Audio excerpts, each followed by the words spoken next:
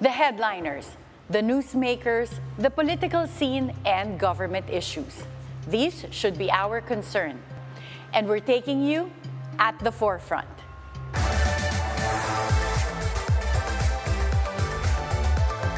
Good morning. I am Attorney Karen Jimeno. Join me at the forefront as we zero in and discuss the details of some of the most pressing national issues that our country faces. The Quadruple Committees of the House of Representatives, or QuadCom, held its first hearing in Bacolor, Pampanga last Friday to expand its probe on illegal POGOs. The biggest bomb of the hearing was detonated by surprise witness, former intelligence officer of the Bureau of Customs, Jimmy Guban, when he implicated two members of the Duterte family to illegal drugs. While some members claim that they are starting to unravel the truth, Vice President Sara Duterte and allies of former President Duterte say that it's purely part of a demolition job. It begs the question, is the QuadCom probe meant to ferret out the truth or to get the Dutertes? Joining us today at the forefront is former Chief Presidential Legal Counsel, Attorney Salvador Panelo. Good morning, Attorney Sal. Good morning, Attorney Karen. Thank you for your time here today. Thank you for having me. So let's go straight to what the QuadCom says that they were able to unravel during the hearing when Jimmy Guban said that Paulo Duterte and the husband of Vice President Sara, Manscarpio, are linked to illegal drugs through the former presidential economic advisor, Michael Yang. What do you think of these disclosures? You must remember that this has been raised in 2018 in the Senate hearing. And although I'm not surprised at all, that this committee hearing in Congress is entertaining a convicted person, one who has lied several times and in fact has been jailed for that. The issue has been there for how many years? 2018, about 6 years. So, as you said earlier, this is a part of the demolition job against the Dutertes. When you said that you have a convicted person that is saying talking about the links, are you saying that Jimmy Guban has already been convicted of perjury in the past? Yes. In relation to the same issue? He raised it on appeal, but the fact is, has been convicted. And besides, during the Senate hearing, he was, I think he was cited in contempt because of lying. Testimonies have been contradicting that he gave. On the same issue? On the same issue. In 2018, when you're saying that this was already stated before, or this came out before in 2018, was this also in relation to investigation on illegal drugs? Yes, exactly the same. And from what we remember before, when Senator Trillanes was still serving as senator, he said the same things about Paulo Duterte and Manscarpio being linked to illegal drugs. Do you think that there's a link somewhere there between Jimmy Guban and former Senator Trillanes? Apparently, this person is being hired or fed by those against the Dutertes. And one of them, of course, is the former senator you mentioned, who is back on his wicked ways. His style is always be in the headlines. Why? Because he is going to run for a public office this midterm elections. He was a guest here previously, and he said that he will run for a local position in Caloocan. Yeah. But do you think this is like a platform for him that he's using, or?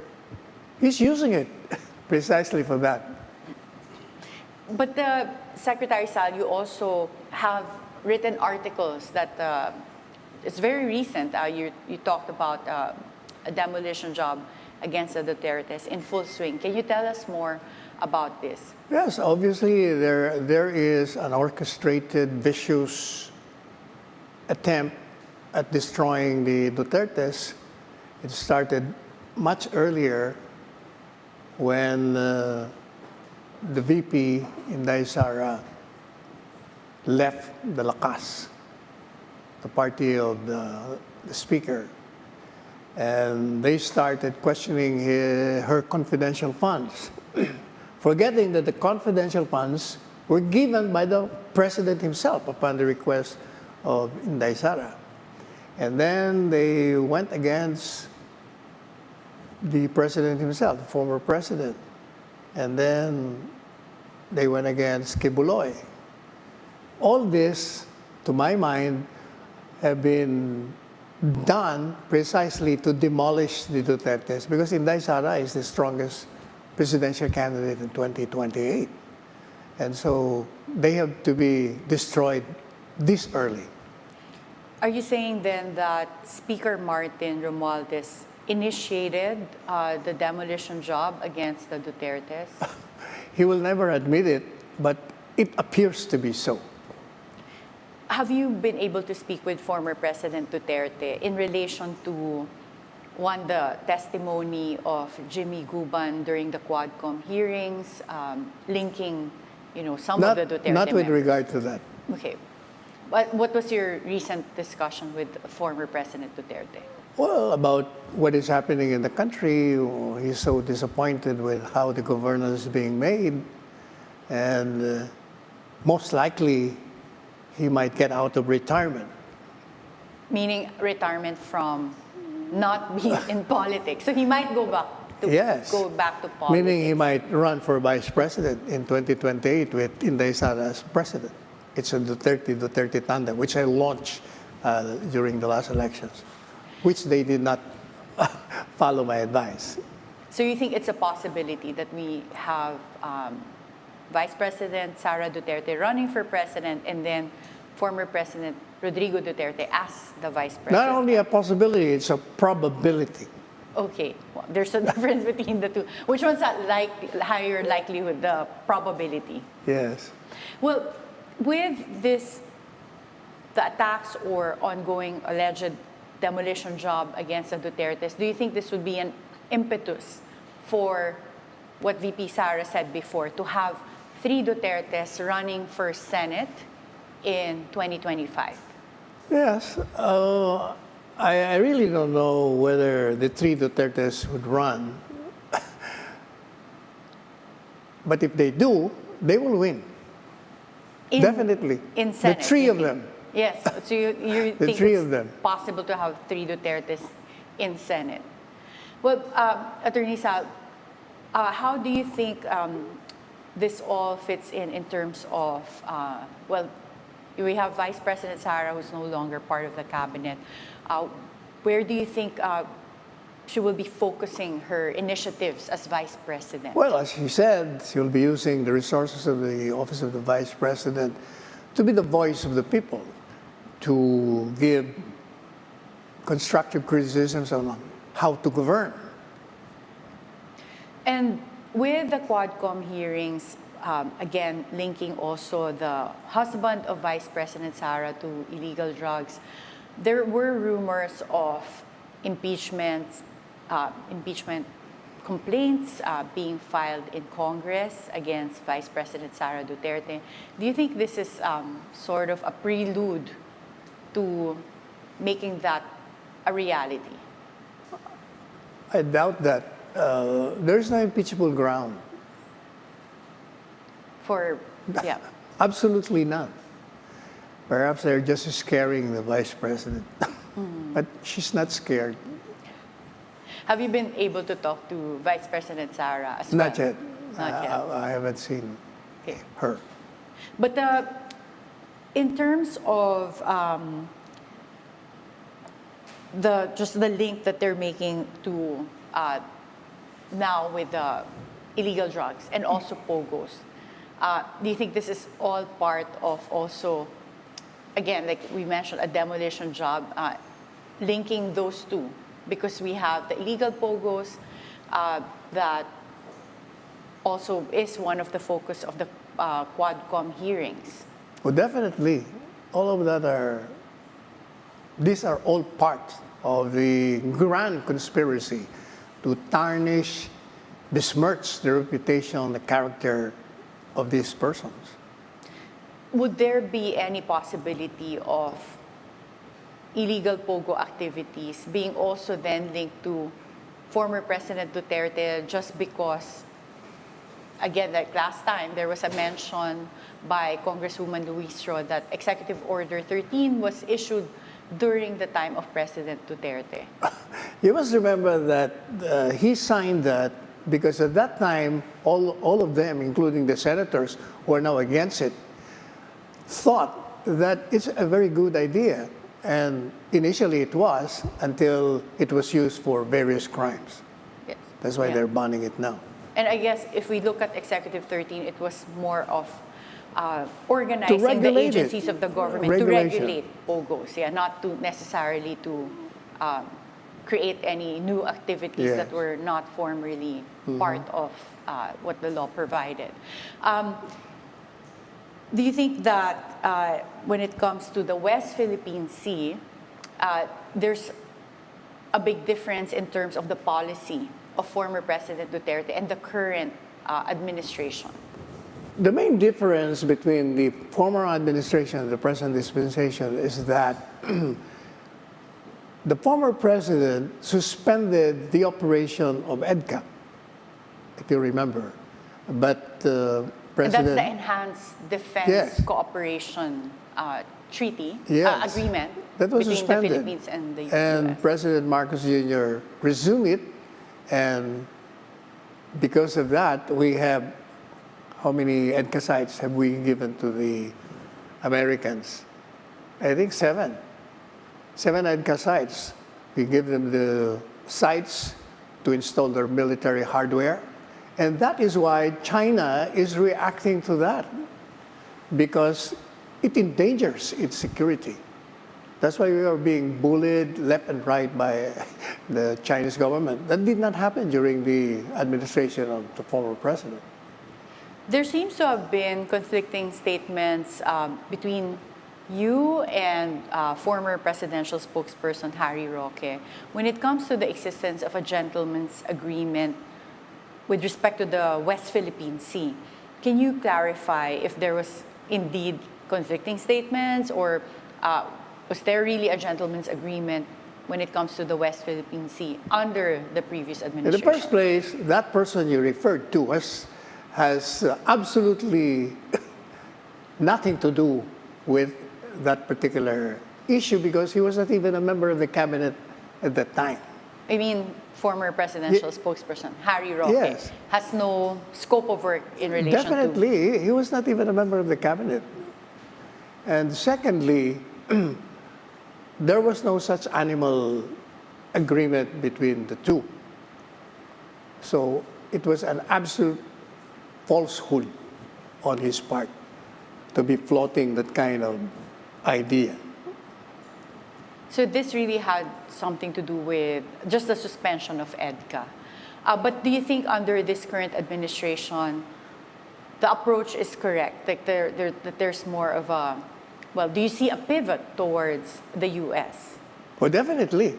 Because if you're providing them with EDCA sites, then necessarily, logically, it will come out as supporting, cooperating, helping, assisting the U.S.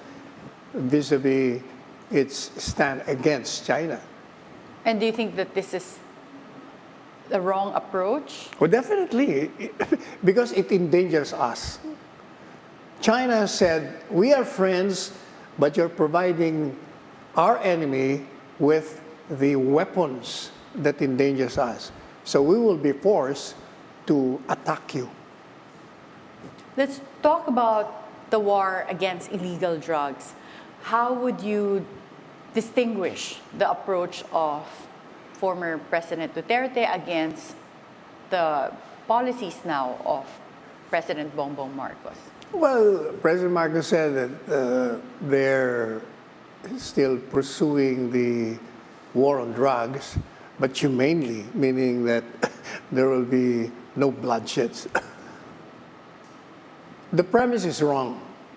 There was bloodshed simply because those who were involved in the illegal drug trafficking will never surrender. They will fight for their lives. And that is why they've been shooting it out with the law enforcement.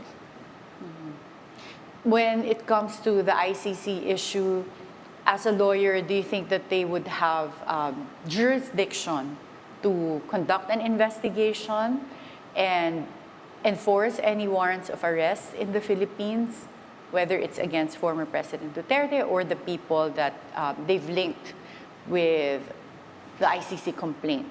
It has been my stand for so long that ICC has no jurisdiction. In fact, as Chief Presidential Legal Counsel, it was I who advised the former president to withdraw from the ICC. And if you look at the Rome Statute,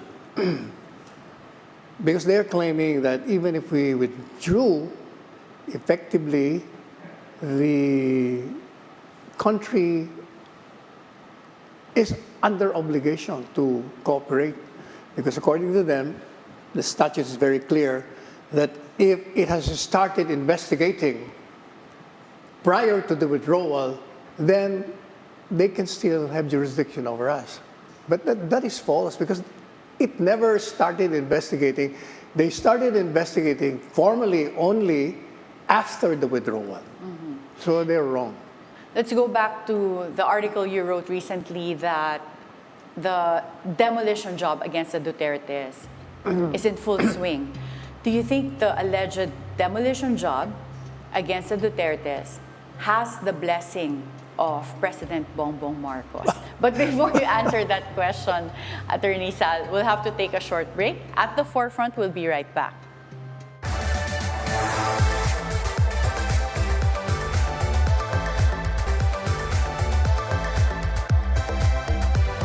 Welcome back at the forefront.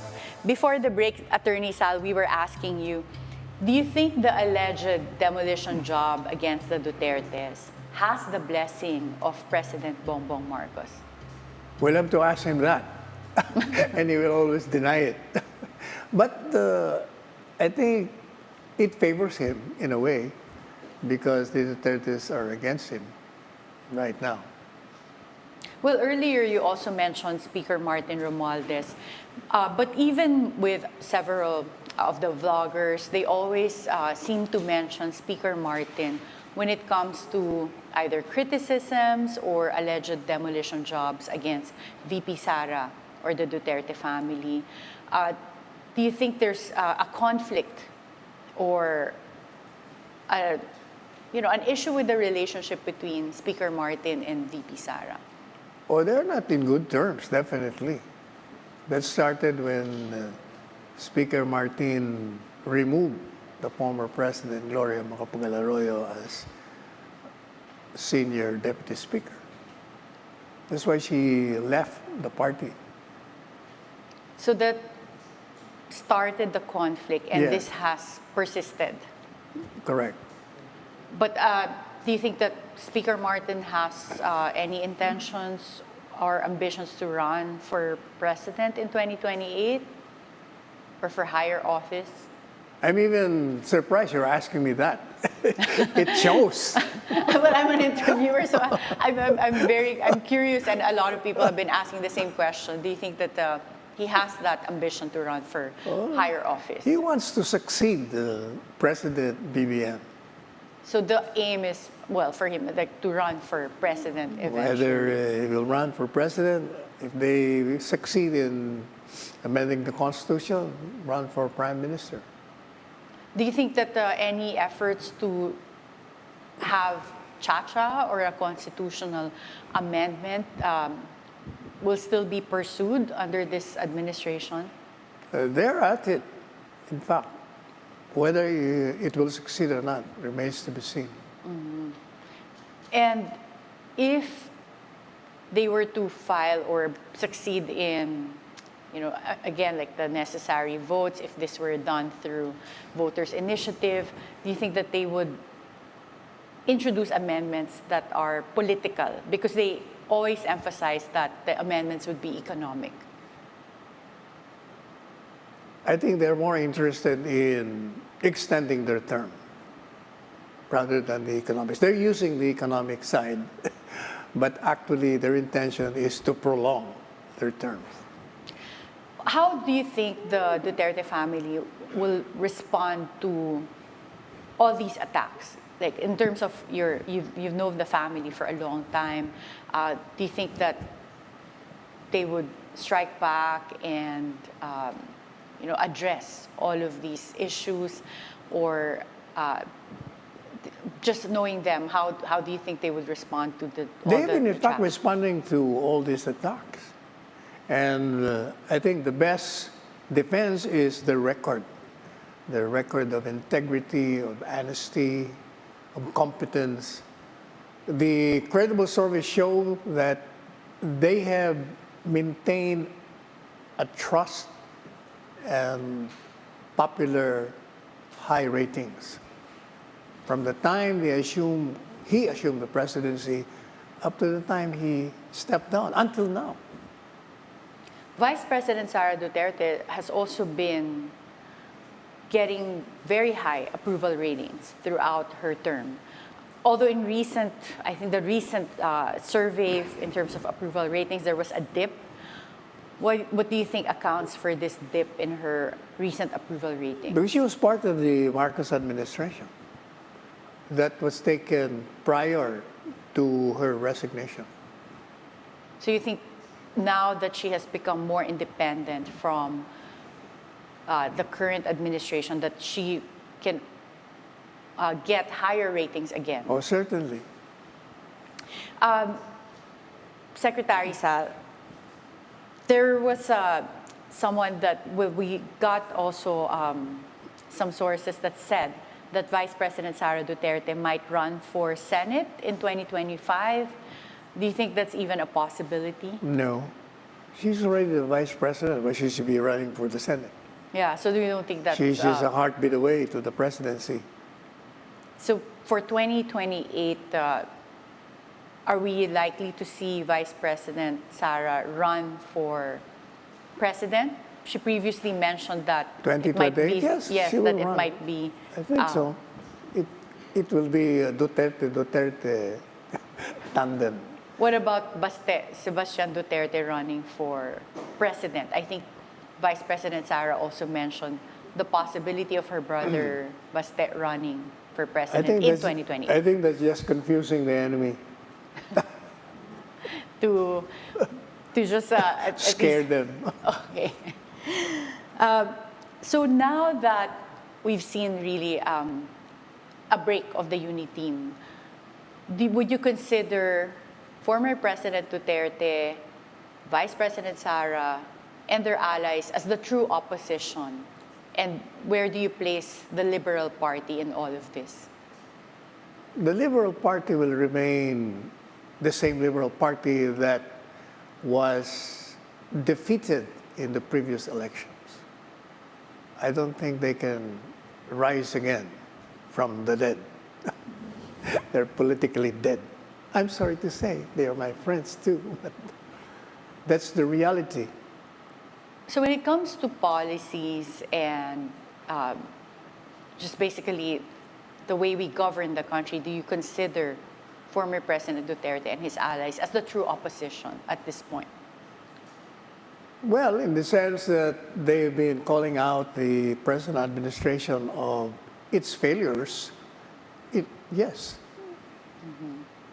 And do you think that for 2025, the President's party will be coming up with a full slate for the Senate? That I do not know. I'm not active in the PDP laban or PDP. But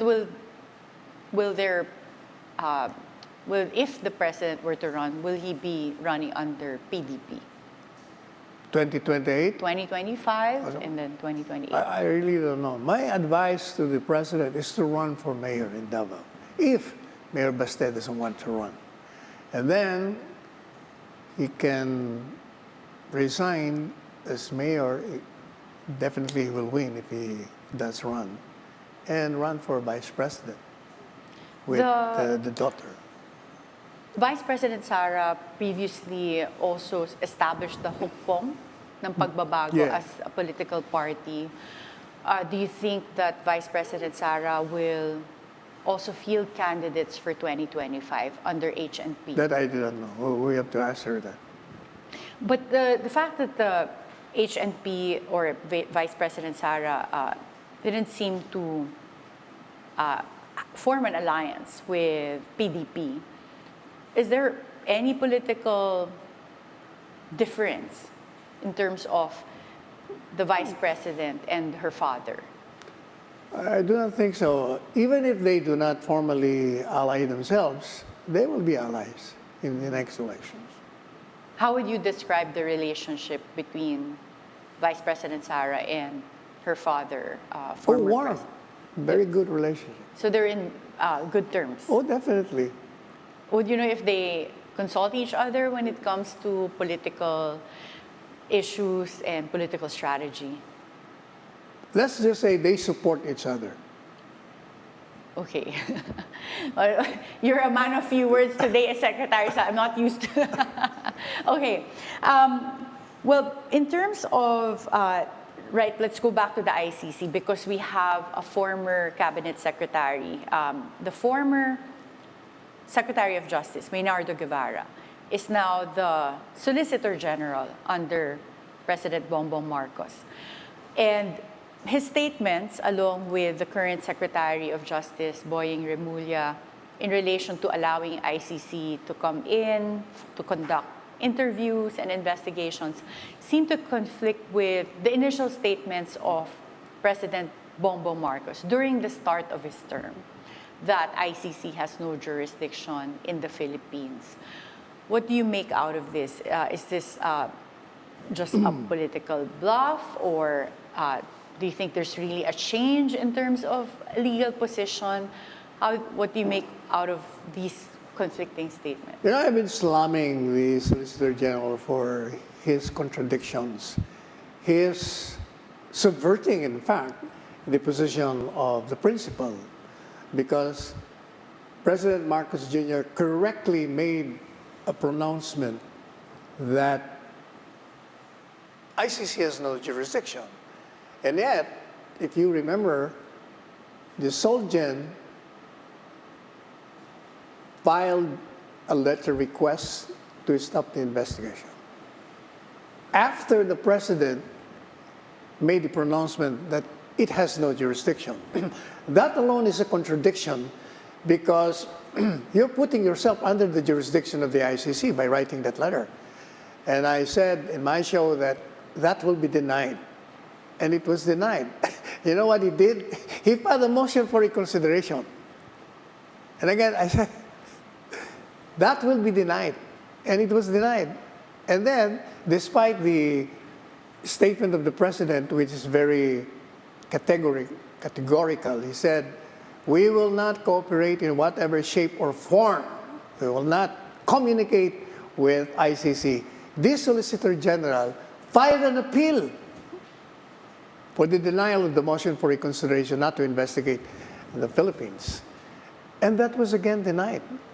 And I was telling the Solicitor General in my show that I'll not be surprised if the ICC, in denying your appeal, will be scolding you for doing that and say that you say we have no jurisdiction, but you keep on filing pleadings, effectively recognizing our jurisdiction. And that's exactly what happened. When it was denied, one of the statements made by the ICC is that you're saying we don't have recognition, but you keep on filing these pleadings to us, which means you're recognizing our jurisdiction. I really do not know whether that is upon the instruction of the president, but the fact remains is that it contradicts, it subverts the very position of the president.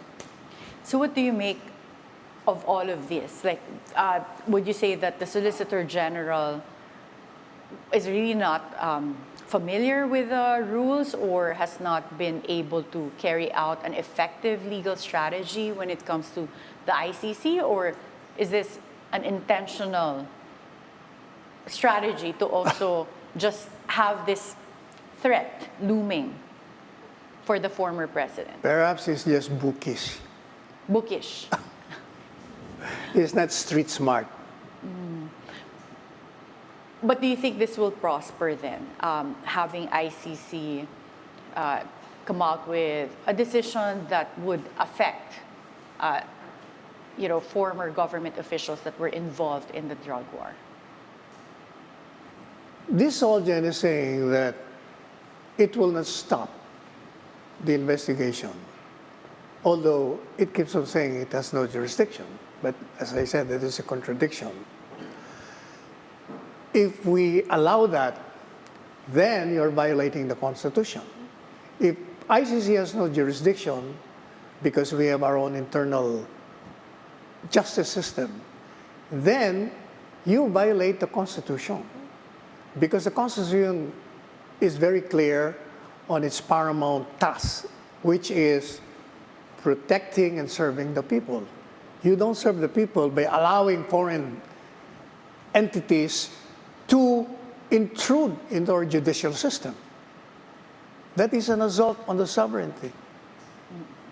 And that can even be an impeachable offense on the part of the president if he suddenly reverses himself. Well, Vice President Sara criticized the flood control programs of this current administration, given that the president also highlighted the flood control programs in his State of the Nation address, but we saw what happened during Typhoon Karina. So how would you also address criticisms that during President Duterte's time, there was also no master plan for flood control? Oh, but there was a master plan, but they didn't pursue that. I mean, there was a lack of implementation. Yes. Well, there were also some statements made by Vice President Sara about being the designated survivor, and you had your take on what she really meant by that. Can you expound on this? Actually, that was an innocuous remark. But if you examine the Constitution, Inday Sara's vice president is the designated successor.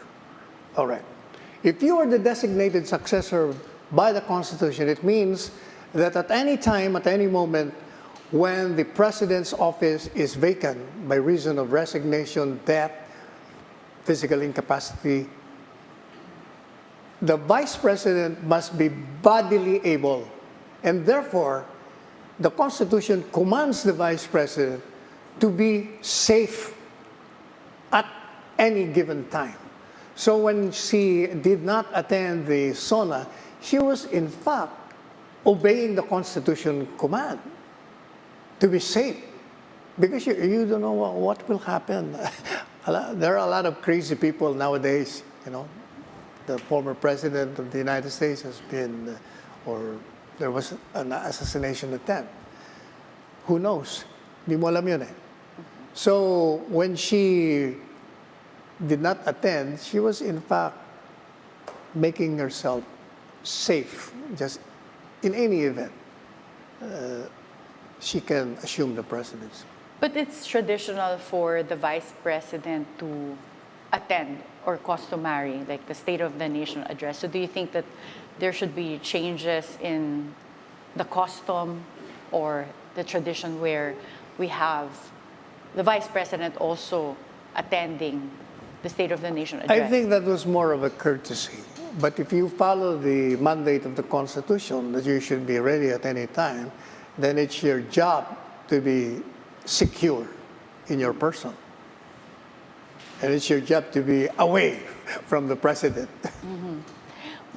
Would you know if there have been any threats to the safety or life of the vice president recently or at any given time? None that I know of. I'm not with the intelligence group. But given the fact that she is one of the fiercest enemies of the communist rebels, then that could be a base for a threat against her life. Well, if, for example, the Vice President is really legally called upon to succeed as President, do you think that Vice President Sara Duterte is capable of running the country as President? But definitely. before you answer that question, we'll have to take a short break. At the forefront, we'll be right back.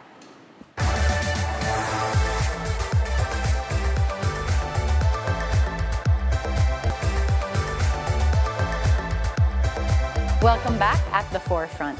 Before the break, Attorney Sal, we were asking you, do you think that Vice President Sara Duterte is capable of running the country if she was legally called upon to succeed as president before 2028? Oh, definitely. She has shown her mettle, her competence as vice mayor, mayor of Davao City, and then as Secretary of Education and vice president. She's a lawyer, like the two of us. She's very competent. And she has the Duterte genes in her. so you think will she be as tough as former Yes, President even Duterte? tougher, I think. What do you think would be her core advocacy? Because for former President Duterte, we saw that it was really peace and order and anti-drugs. For Vice President Sara Duterte, based on her track record as mayor and what you've seen so far as Vice President, Well, what do you think would be her given focus? her last statement, she would pursue the same program of the father. Peace and order. Peace and order, economics, infrastructure, all of this. What do you think about education? Is that something that's that part of it, of course. Okay. Which is, to my mind, that's the most important aspect in Philippine society. For as long as majority of the Filipinos are uneducated, we will have the same kind of political, social system. We will be electing the same kind of politicians we have. Because when a voter is uneducated, a voter would be certainly easily influenced. She's open to intimidation. She's open to vote buying. She's open to coercion. But if you're an educated person, definitely not. Let's go to current affairs. You were quoted before as saying that the issuance of a warrant of a search warrant against the Kingdom of Jesus Christ was overkill. Can you elaborate on that statement? Yes, because it did not follow the rules on serving a search warrant. We know that they should have, what they should have done is introduce themselves and tell them that we have a warrant for his arrest and we're going to look for him. They didn't have to bring all those men in uniform, complete with weapons, and then they intimidated people there, they destroyed properties. That was illegal. And in fact, I said, the PNP chief should be the one accountable for that, because he was the one giving instructions to all those subordinates to do the service of the warrant. Do you think that the current efforts or heightened efforts to arrest Pastor Kibuloy is also politically related in terms of... Oh, definitely.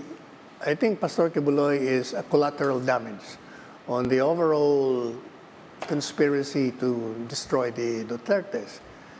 You must remember that Pastor Kibuloy has SMNI, where the president is using it as a platform to express himself.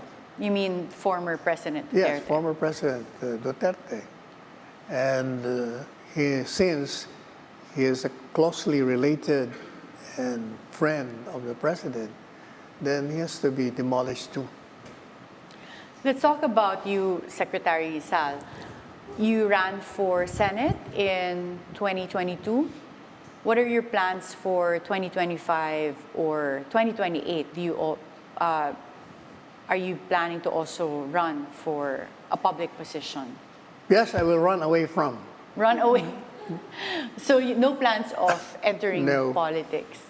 But you have been a fixture in the political scene even before you served as Chief Presidential Legal Counsel. So what are your plans in terms of your involvement in politics? Well, I have my shows. I have my column writing. I'll continue with that So, and practice my profession. you practice your profession. Do you currently still practice Yes. law privately? What about, you used to teach as a professor in law Yes. school. Do you still teach? But I have no more time because I have so many shows and engagements. Well, earlier we were talking about former presidential spokesperson Harry Roque, and you seem to have. Who's he? See, okay, so I kind of picked up on that. You didn't even want to mention his name, but are you He's in good undeserving of being mentioned. terms? So are you not in good terms? As I said, who's he? So not even in speaking terms. Okay, so you mentioned that you're very busy. What do you do to relax, or what do you do when you do have some free time? Well, I have a daily workout, and then weekends I attend to my bonsai. I have 300 pieces at home, and then 300 bonsai plants. 300 pieces. 300 pieces of bonsai plants. Yes. That's a lot. I've been doing that for the last 30 years. I grow them myself.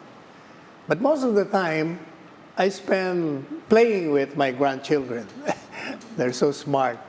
I have, right now I have 3, which is just a few meters away from my residence, where we're living in a compound. And so I see them every day. My granddaughter, Pia, Julia, and my latest favorite, Francesco, or Franco. Oh, They're very smart. All the children now are very smart. yes.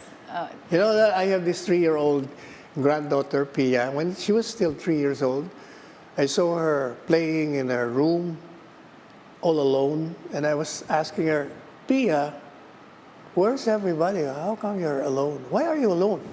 She didn't even respond to that. And 3 times I asked. On the 4th time that I did, she responded without even looking at me. I said, why are you alone, Pia? This is a 3-year-old responding to me. She said, Grandpa, it's nice to be alone. Oh my God. And I told Paolo, I said, may problema ka dito. 3-year-old ganyan sumagot. You have a son who's also a lawyer. Yes, Do you Paolo. think he'll follow in your footsteps in terms of being involved in politics? I really don't know. Right now, he's a corporate lawyer. He has his own law office, many lawyers under him. So he's very active in the law practice. Secretary Sal, I don't think you remember this, but years ago, even during the term of President Aquino, I Yeah. ran into you in the airport. And back then, you already had a shirt of Duterte for president. And that was even before he announced that he was going to run for president. How long have you known President Duterte, and how did you meet? Well, it took me 10 years to make him run.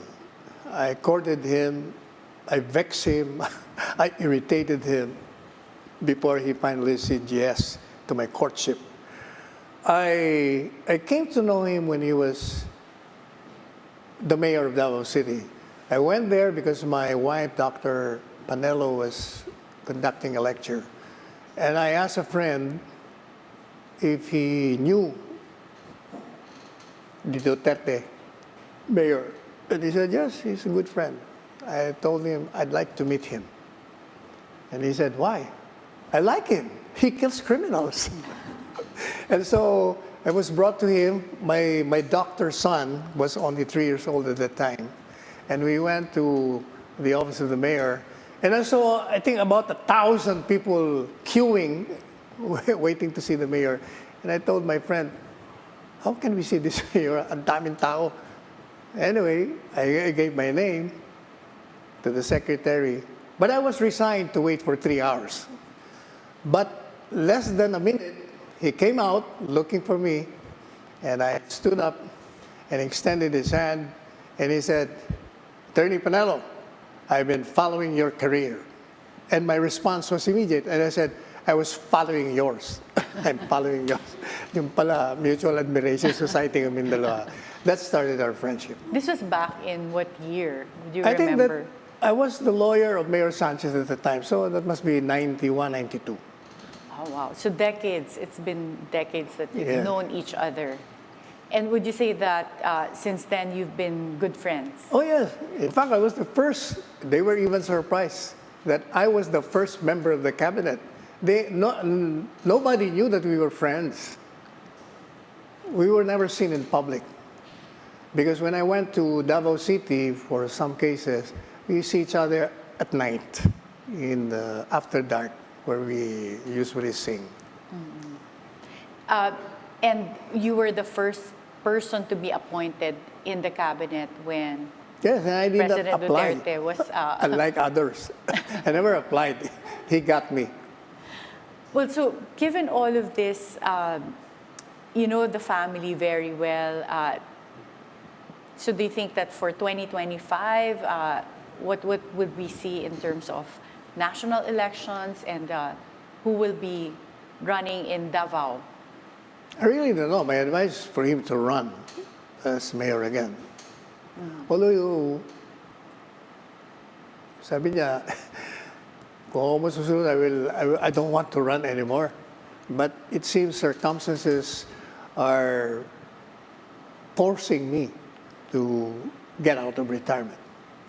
How is former President Duterte in terms of health? There's always speculation about his health, I guess given his age.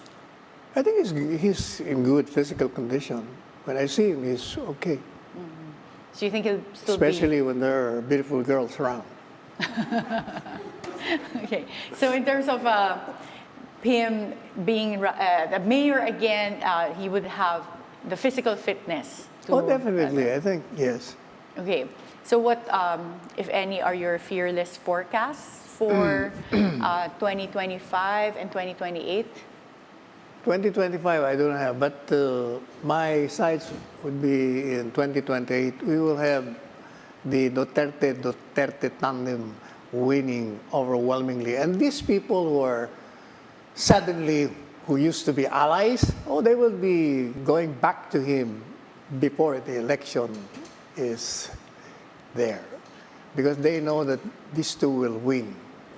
You must remember that when the former president ran, not a single barangay captain or a mayor or a member of Congress supported him. And there was no record to speak of at the time, except for being a mayor. Now he has a record of competence, of a president who has responded to the needs of the people. So definitely it will be a runaway win for them. Well, thank you so much, Attorney Sal Panelo. It was a pleasure to have you here today. Thank you for having me. At the Forefront, we'll be right back.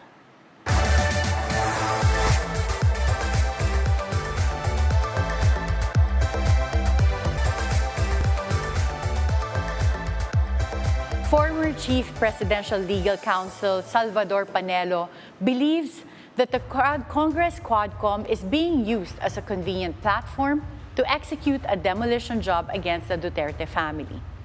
Attorney Panelo echoes the recent statement of Vice President Sara Duterte that political harassment is at work against the Duterte family, something that no longer surprises them. Eventually, the Filipino public will weigh in on the truth come the 2025 midterm elections. Be timely informed, be insightful of the news. Always stay at the forefront. Join us again tomorrow for meaningful conversations that will help you form an objective personal opinion. This is Attorney Karen Jimeno. Thank you for spending your hour with us.